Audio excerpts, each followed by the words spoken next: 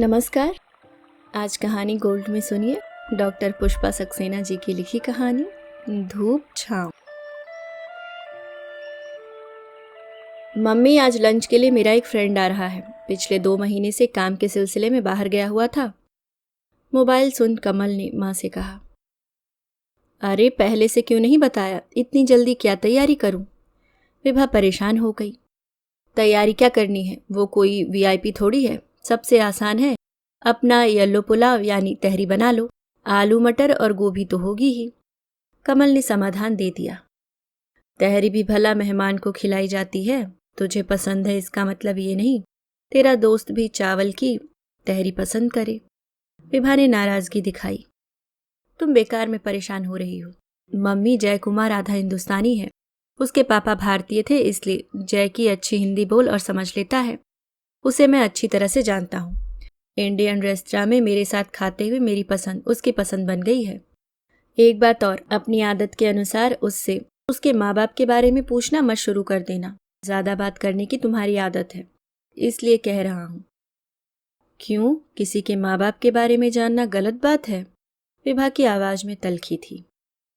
जिसके माँ बाप ही ना हो उससे उनके बारे में पूछना क्या ठीक बात होगी? अनाथ ना होते हुए भी उसने अनाथ का जीवन जिया है। उसके पेरेंट्स काफी पहले ही अलग हो गए। उन दोनों ने तो अपनी अलग दुनिया बसा ली, पर जय की अकेला छोड़ दिया गया। ओह बेचारा लड़का। पर ये बता कि बिना माँ बाप के वह कंप्यूटर इंजीनियरिंग कैसे कर रहा है? यहाँ तो पढ़ाई बहुत महंगी है। विभा विस्मित थी।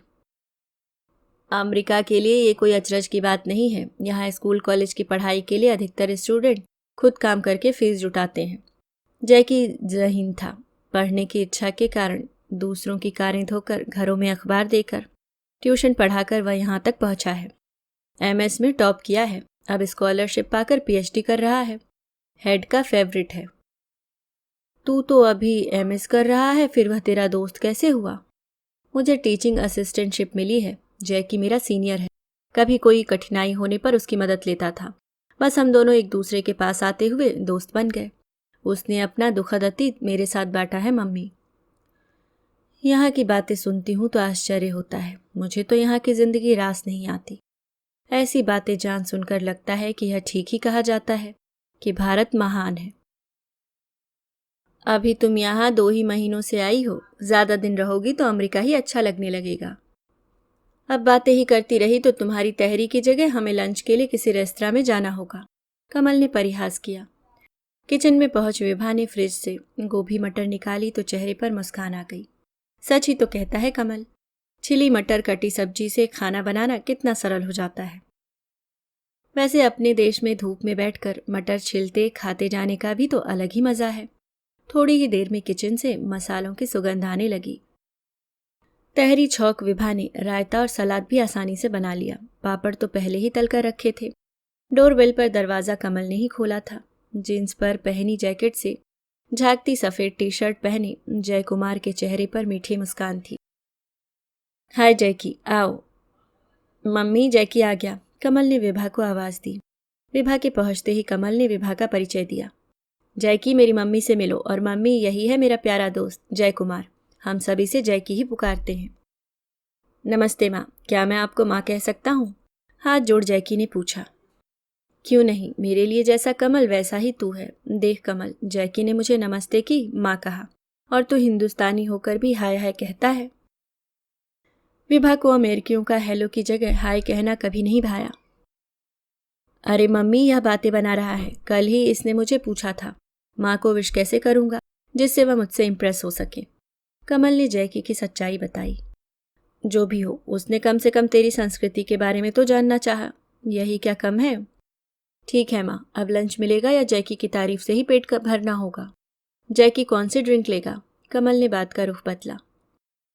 तू तो जानता है मेरे लिए तो सादा पानी ही सबसे अच्छी ड्रिंक है कमल। कमल ने फ्रिज से जूस निकालकर 2 ग्लासों में ढालकर एक जैकी की ओर बढ़ाया। ये फ्रूट जूस सेहत के लिए अच्छा है। टेबल पर तेरे लिए पानी भी रखा है। विभा को प्लेटें लाते देख जैकी सहायता के लिए खड़ा हो गया। माँ, ये सब हम दोनों कर लेंगे। कमल, तो माँ की हेल्प नहीं करता? अरे मेरी माँ बड़ी एफिशिएंस है, मुझे काम करने ही नहीं देती। कमल ने बात बनाई। अरे सच्चाई क्यों नहीं बता देता, तू कितना बड़ा आलसी है। घर में सब पर हुक्म ही तो चलाता था, कभी पानी का एक गिलास भी अपने आप नहीं लिया। विभा ने शिकायत की। ठीक है माँ, पर अब तो यहाँ आकर सब काम खुद ही तो करता हूँ। ये बात दूसरी है, जब से तुम आई हो मुझे काम नहीं करने देती, इसमें गलती तुम्हारी ही है।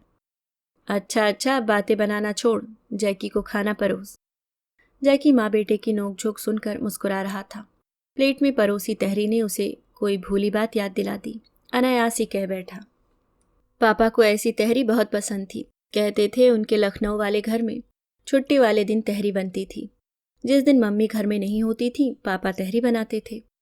आपने साथ में दही पापड़ वगैरह जो बनाया है, पापा भी ऐसी ही कोशिश करते थे। जय की भूली यादों में खोसा गया। चेहरे पर उदास छाया तैर गई। बस कर यार, तेरे चेहरे पर उदासी अच्छी नहीं लगती। अरे तू बिंदास लड़का है, तेरे चेहरे पर हंसी ही खिलती है। कमल ने प्यार से कहा। क्या तुम्हारी मम्मी पापा की पसंद का खाना नहीं बनाती थी? हमारे यहाँ तो घर के पुरुष की पसंद को ही महत्व दिया जाता है। ये कमल भी रोज नई फरमाइश करता था और मुझे इसकी फरमाइश पूरी करनी पड़ती थी। विभा के चेहरे पर मीठी मुस्कान आ गई। असल में मेरी मम्मी पक्की अमेरिकन थी और पापा ठेठ हिंदुस्तानी। दोनों ने अपनी बेमेल मैरिज पता नहीं कैसे 11 साल तक खींची। मम्मी शादी के बाद पापा के साथ लखनऊ गई थी, पर वहाँ आधुनिक सुविधाओं के सर्वथा अभाव ने मम्मी के मन में इंडिया के लिए ऐसी नफरत भर दी कि पापा तक के लखनऊ जाने पर सख्त पाबंदी लगा दी। पापा मन मार कर रह जाते। अमेरिका के सुख सुविधाओं के होने पर भी पापा अपना लखनऊ कभी नहीं भुला सके। वैसे ये बात तो सच है, भारत के सब घरों में यहाँ जैसी सुविधाएं नहीं हैं। यहाँ रहने वालों को इन सुविधाओं के बिना एडजस्ट कर पाना कठिन लगना स्वाभाविक ही है। विभा ने कहा। अगर ऐसा है तो पापा लखनऊ को भुला क्यों नहीं सके? सच तो यह है कि कहीं भी रहो, अपने देश की माटी से लगाव नहीं टूट सकता। बिल्कुल यही बात हीर जी आंटी भी कहती थी। वह भी अपने देश की याद करती रहती थी। हीर जी आंटी कौन है जय की? विभा उत्सुक हो उठी। आंटी अपने पति के साथ अमेरिका आई थी। उनके पति ने फौज में नौकरी की थी। वियतनाम के साथ लड़ाई में वह शहीद हो गए। हीर जी आंटी अकेली पड़ गईं। उनसे शादी करने को बहुत लोगों ने प्रस्ताव दिए, पर आंटी ने प्रस्ताव स्वीकार नहीं किया। मुझे अकेला जानकर उन्होंने अपने घर के दरवाजे खोल दिए। काम करके आंटी की सहायता करनी चाहिए, पर उन्होंने पैसे स्वीकार नहीं किए। हमेशा कहती ये पैसे आगे पढ़ाई के लिए काम आएंगे। आज उन्हीं की वजह से यहाँ तक पहुँच सका हूँ। जैकी की आवाज़ भीग सी गई। तेरी आंटी तो सचमुच महान है, मैं उनसे मिलना चाहती हूँ। विभा ने आदर से कहा। काश आप उनसे मिल पाती। मुझे यह जीवन देकर वह इस संसार से विदा हो गई। आज वह नहीं है, पर मेरी यादों में वह हमेशा जीवित रहेंगी। अच्छा आज चलता हूँ। अचानक जैकी उठ खड़ा हुआ। चेहरे पर उदासी स्पष्ट थी। जैकी के चले जाने के बाद बहुत देर तक विभा उसके अकेलेपन पर तरस खाती रही। कैसा दुर्भाग्य है, माँ बाप के रहते भी लड़का अकेला छोड़ दिया गया। भला हो उस आंटी का जिसने पराई होकर भी लड़के को घर की छत और सहारा दिया। तुम बेकार परेशान हो रही हो मम्मी। यहाँ ब्रोकन फैमिलीज आम बात है। जी उचाट हो जाने पर आपसी सहमति से माँ बाप एक दूसरे से अलग होकर अपनी नई दुनिया बसा लेते हैं। यहाँ के बच्चे इस बात को स्वाभाविक और सहज रूप में लेते हैं, कमल ने समझाया। विभा से मिलने के बाद जैकी अक्सर कमल के साथ उसके घर आ जाता। विभा के साथ बातें करना उसे अच्छा लगता। अब जैसे वह दूसरा ही जैकी होता जा रहा था। उसके खुले स्वभाव से कमल भी विस्मित होता। अब उदासी की जगह उसमें जीवंतता आती जा रही थी। विभा के स्नेह ने उसे जैसे एक शरारती युवक बना दिया था। उसके मजाक विभा को भी हंसा जाते। शायद अब वह विभा के साथ अपना बचपन जी रहा था। जैकी के आने से विभा का खालीपन काफी सीमा तक दूर हो जाता था। फिर भी विभा संतुष्ट नहीं हो पाती। उसे भारत के रिश्तेदार और सखी सहेलियां याद आती। कमल से कहती, पता नहीं कैसा देश है, मुझे तो यहाँ अपना अकेलापन खलता है। अगर तेरे पापा हमें छोड़कर इस दुनिया से न चले गए होते तो मैं भला यहाँ हमेशा के लिए आती। माँ आंसू पोंछती। परेशान न हो माँ, जल्दी ही तुम्हारा परिचय यहाँ की इंडियन कम्युनिटी से हो जाएगा। तब तुम बोर नहीं होगी। तुम्हारा संगीत ज्ञान तुम्हें बहुत पॉपुलर बना देगा। चाहो तो म्यूजिक क्लास शुरू कर दो, यहाँ बहुत स्टूडेंट्स मिल जाएंगे। कमल की बात में सच्चाई थी। भारतीय परिवार वाले अपने बच्चों को भारतीय संगीत की शिक्षा दिलाना चाहते थे। कम से कम इस तरह वे अपनी संस्कृति से कुछ सीमा तक जुड़ सकेंगे। विभा को कमल का प्रस्ताव अच्छा तो लगा, पर अभी वह इतनी जल्दी कोई निर्णय नहीं लेना चाहती थी। उसने संगीत की डिग्री प्रयास संगीत समिति से ली थी। भारत में वह संगीत की अध्यापिका थी। विभा के मन में कुछ उत्साह तो आया, शायद इस तरह उसका अकेलापन भी दूर होगा। कुछ लोगों से मिलकर फैसला करना ठीक होगा। एक सप्ताह बाद कमल ने अपने क्लास से वापस आकर खुशी से विभा से कहा, माँ लगता है भगवान तुम पर मेहरबान है। तुम्हारा अकेलापन दूर करने के लिए तुम्हारी बातूनी भतीजी आभा को यहाँ की यूनिवर्सिटी में एडमिशन मिला है। आज मामा जी ने फोन पर बताया। अब तो अपनी बकबक से सारे घर की शांति भंग कर देगी। कमल के शब्दों में स्नेह था। अरे वाह, ये तो बड़ी अच्छी खबर है। जब से तू अमेरिका आया है आभा ने जिद पकड़ ली थी, वह अभी अमेरिका जाएगी। पढ़ाई में तो तेज थी ही, आखिर भैया को उसकी जिद माननी ही पड़ी। आभा बातें तो करती है, पर उसकी मीठी बोली कितनी प्यारी है, सुनते ही दुख दूर भाग जाए। ठीक है, तुम ही उसकी मीठी बातें सुनना। मुझे डर है वो अपनी बकबक से मुझे परेशान न करे। वह हमारे साथ ही रहेगी, इसी शर्त पर मामा उसे यहाँ भेज रहे हैं। तुम दोनों के बीच जितना प्यार है जैसे मैं जानती नहीं। विभा के चेहरे पर हल्की मुस्कान थी। आभा को 1 हफ्ते बाद आना था। विभा की खुशी का ठिकाना नहीं था। आभा की माँ की मृत्यु के बाद विभा ने ही उसे संभाला था। विभा ने आभा की मनपसंद ढेर सारी खाने की चीजें बना डाली। एक एक दिन गिनकर आखिर वो दिन आ ही गया जिसकी सबको प्रतीक्षा थी। आभा को रिसीव करने जैकी भी आ गया था। एयरपोर्ट पर फ्लाइट पहुंचने की सूचना आ चुकी थी। करीब आधे घंटे बाद कंधे पर बैग लटकाए आती आभा दिखी थी। चेहरे पर मुस्कान खिली थी। कमल के पास आई आभा को कमल ने गले लगा लिया। दोनों के चेहरे पर खुशी जगमगा रही थी। ओह, तो यही है आभा दी ग्रेट, जिनके लिए माँ ने हजारों पकवान बना रखे हैं। वैसे इनके चेहरे पर तो कोई खास आभा दिखाई नहीं देती। टिपिकल हिंदुस्तानी सामान्य लड़की की इतनी तारीफें, मैं तो कोई हूर की परी एक्सपेक्ट कर रहा था। जैकी ने चिढ़ने के अंदाज में कहा, हेलो, आपकी तारीफ? मेरे बारे में कुछ भी कहने का आपको किसने हक दिया? आभा का सुंदर गोरा चेहरा लाल हो उठा था। मेरी तारीफ सुन पाने के लिए आपको काफी लंबा समय लगेगा। फिलहाल इतना जान लीजिए, आपकी मदद के लिए यह बंदा हमेशा हाजिर रहेगा। हंसते हुए जैकी ने कहा, थैंक्स, पर मुझे किसी की भी और कम से कम आपकी मदद तो कभी मंजूर नहीं होगी। मैं अपनी मदद खुद कर सकती हूँ। समझे मिस्टर, आप जो भी हों। अब बस भी कर यार, बहुत मजाक हो गई। मेरी बहन का मूड मत खराब कर। आभा, ये मेरा पक्का यार जैकी है, इसकी आदत ही मजाक करने की है। चल घर चले, माँ इंतजार कर रही होंगी। जैकी, तू अपनी कार में सामान लेकर पहुंच। घर पहुंची आभा को सीने से चिपटाती विभा के आंसू बह निकले। उस समय भी जैकी मजाक करने से नहीं चूका। कमाल है, आभा के आने का इतना दुख मना रही हैं माँ। कोई बात नहीं, आपने जो पकवान बना रखे हैं वो तो मुझे खाने दीजिए। आभा जी तो फ्लाइट में खूब खाती हुई आई हैं, पर मेरा भूख से दम निकला जा रहा है। पागल कहीं का, अरे ये तो खुशी के आंसू हैं। इतने दिनों बाद किसी अपने को देख रही हूँ।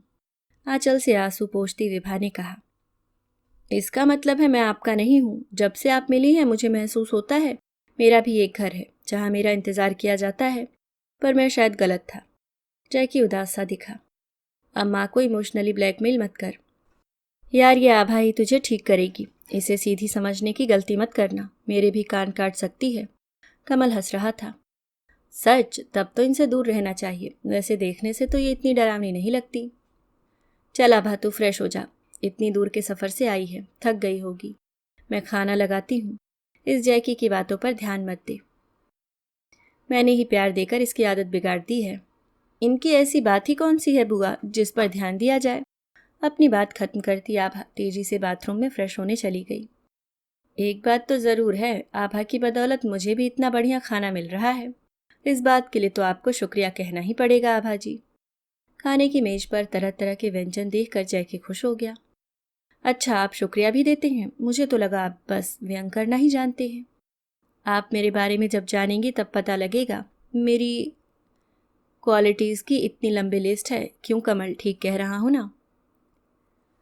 भला तू कभी गलत हो सकता है। हाँ, कल आभा को इसके डिपार्टमेंट तुझे पहुँचाना होगा। मेरी हेड के साथ मीटिंग है, इसे सब समझा देना। ऑफिस में पेपर्स जमा करने होंगे।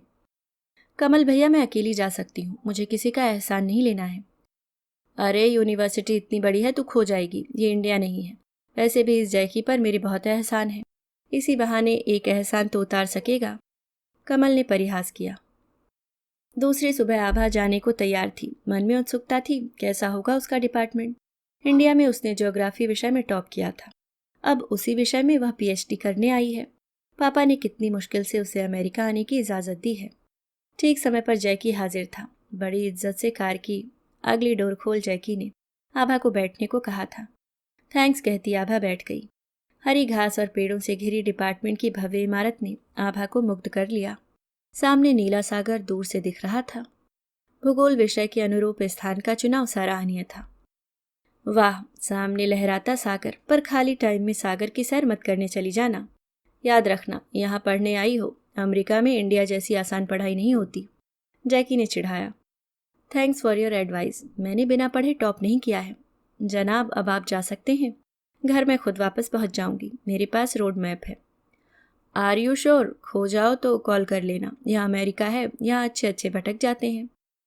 भूलिए मत, मेरा विषय भूगोल है, अमेरिका की रोड तक पढ़ रखी है। बाय। डिपार्टमेंट के ऑफिस में सारी फॉर्मेलिटीज़ पूरी करके आभा अपनी गाइड से मिली थी। गाइड एक प्रौढ़ अमेरिकी डॉक्टर जोनाथन थे। आभा के विषय पर चर्चा करते समय उन्होंने कई उपयोगी सुझाव दिए और पहले ही दिन आभा को लाइब्रेरी देखने की सलाह दी। यहाँ लाइब्रेरी में तुम्हें अपने विषय से संबंधित बहुत मटेरियल मिल जाएगा। कंप्यूटर की सुविधा सब विद्यार्थियों को है।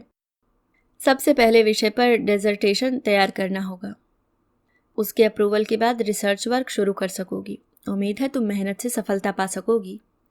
आपको निराश नहीं करूंगी सर। सर नहीं, मुझे सब जॉन कहते हैं, तुम भी इसी नाम से पुकारोगी। मुस्कुराकर जोनाथन बोले। अपने गाइड से बातें करके आभा संतुष्ट थी। उसका अमेरिका आने का निर्णय गलत नहीं था।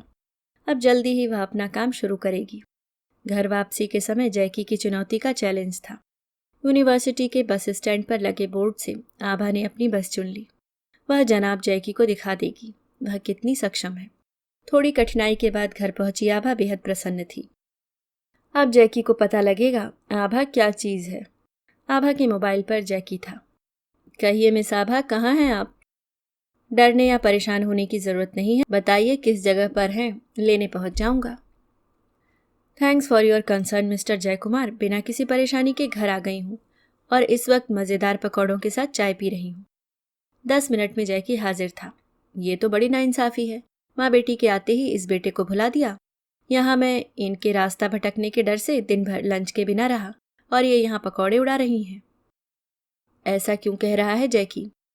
आभा के आने के पहले तू ही तो मुझे हंसाता रहा है, अब तू भी पकौड़े खाकर बता कैसे बने हैं। विभा ने स्नेह से कहा। अब बताइए मैं स्मार्ट हूँ या नहीं? शोखी से आभा ने कहा। मान गया, 1000 बार मान गया, आप सुपर गर्ल हैं। अब मुझे पकौड़ों का मज़ा लेने दो। तुम तो देर से खा रही हो, कुछ मेरे लिए भी छोड़ दो। जैकी ने पूरी प्लेट अपने सामने खींच ली। ठीक है, मैं भूखड़ नहीं हूँ। जो दिन भर भूखा रहा हो उसे सारे पकौड़े खाने देना पुण्य होगा। थैंक्स, ये हुई ना इंसाफ की बात।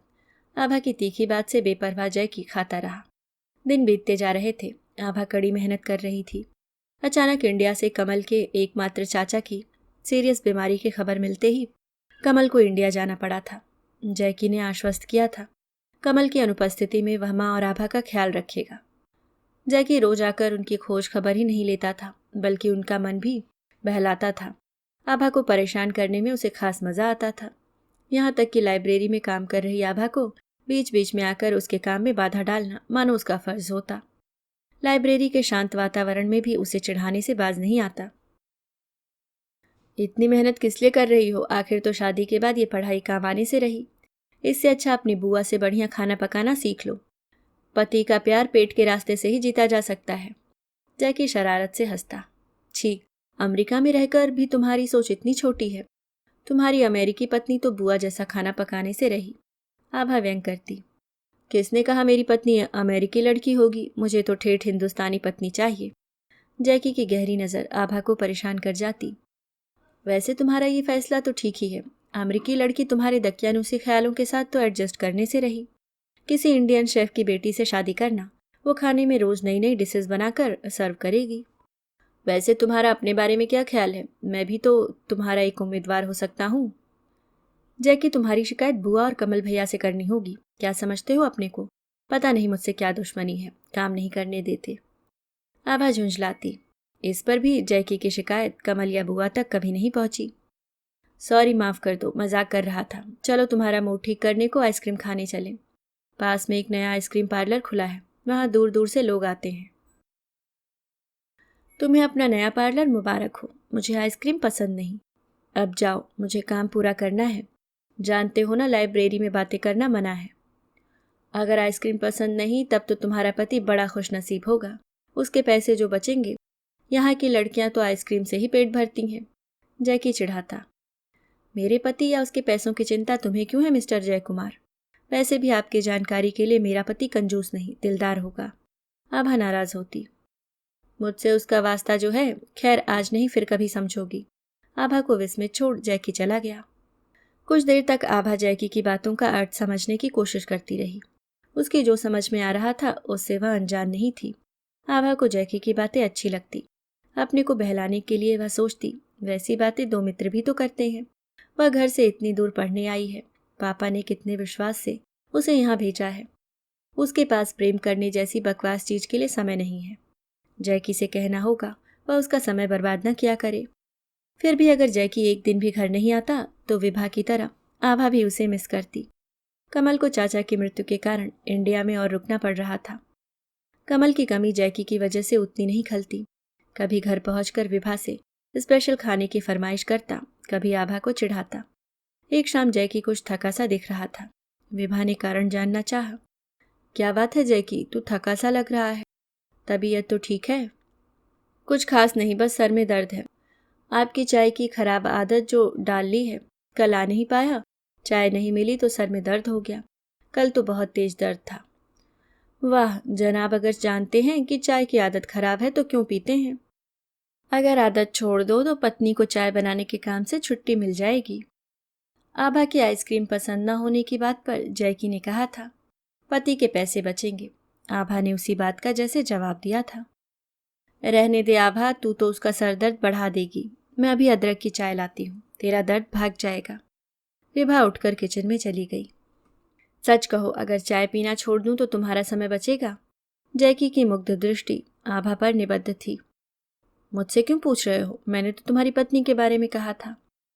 उसी से तो पूछ रहा हूँ, गंभीर आवाज में जैकी ने कहा। जैकी, हमें ऐसा मजाक पसंद नहीं है, समझे? अगर ऐसी बातें करोगे तो हम तुमसे बात नहीं करेंगे। आभा ने नाराजगी से कहा। जैकी कुछ कहने ही वाला था कि विभा चाय के साथ आ गई। ये ले चाय और मठरी खा। पता नहीं कल कुछ खाया भी था या नहीं। कभी कभी भूखे रहने पर भी सर दर्द हो जाता है, विभा ने ममता से कहा। काश आप जैसी मेरी माँ होती। जैकी भावुक था। क्यों, क्या मैं तेरी माँ नहीं हूँ? स्नेह से विभा बोली। चाय का सिप लेते ही जैकी कराह उठा। हाथ में पकड़ा कप हाथ से छूट गया। दोनों हाथों से सर थाम जैकी ने मेज पर सर टिका दिया। पीड़ा से चेहरा पीला पड़ गया। विभा और आभा दोनों घबरा गईं।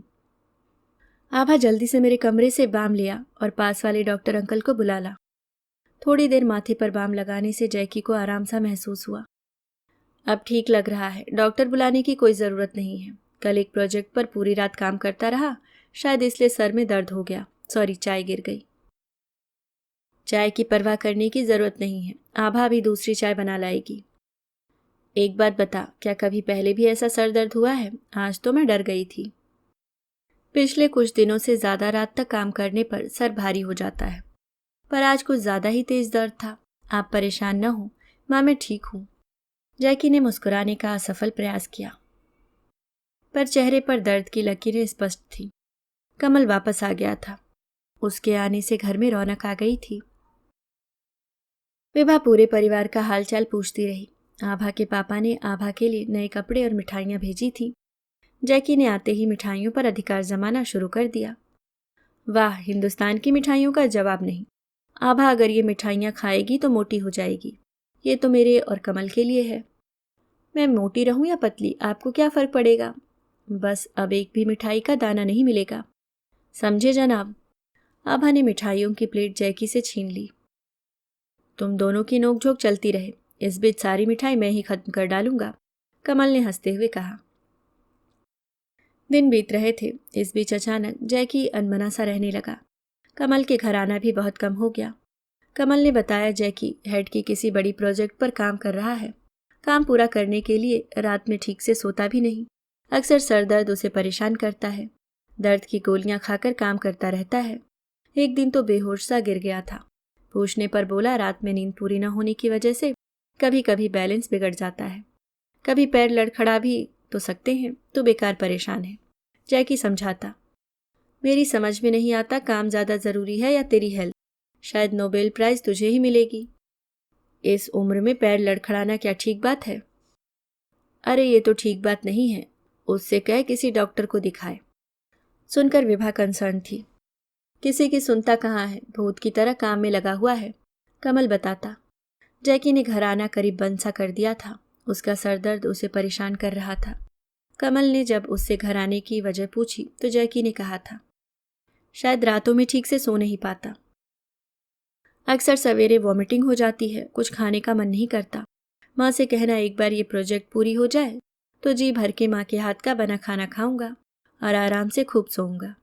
आभा को जैकी की शरारत भरी बातें याद आती। सच तो यह था, वह पुरानी जैकी को मिस करती थी। जैकी के बिना जैसे उसका मन उचाट रहता। लाइब्रेरी में काम करते हुए भी वह जैकी की प्रतीक्षा करती। सोचती क्यों वह कोई दूसरा जैकी होता जा रहा था। कहीं ऐसा तो नहीं उसे किसी और लड़की से लगाव हो गया हो।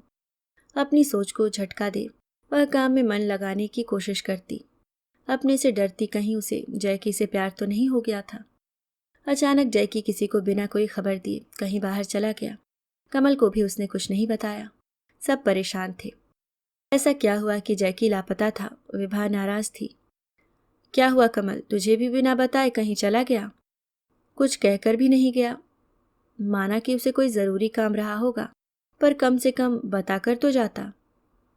आभा बेचैन थी, पर अपनी बेचैनी किसी पर प्रकट कैसे करती। वह अपने आप से डरने लगी थी। कहीं उसे जैकी से प्यार तो नहीं हो गया, वरना उसकी याद उसे क्यों इस कदर बेचैन कर जाती। बेसब्री से आभा ही नहीं, कमल और विभा भी जैकी का इंतजार कर रहे थे। डिपार्टमेंट के हेड तक को जैकी के कहीं जाने की वजह नहीं पता थी। उसका अता पता किसी के पास नहीं था।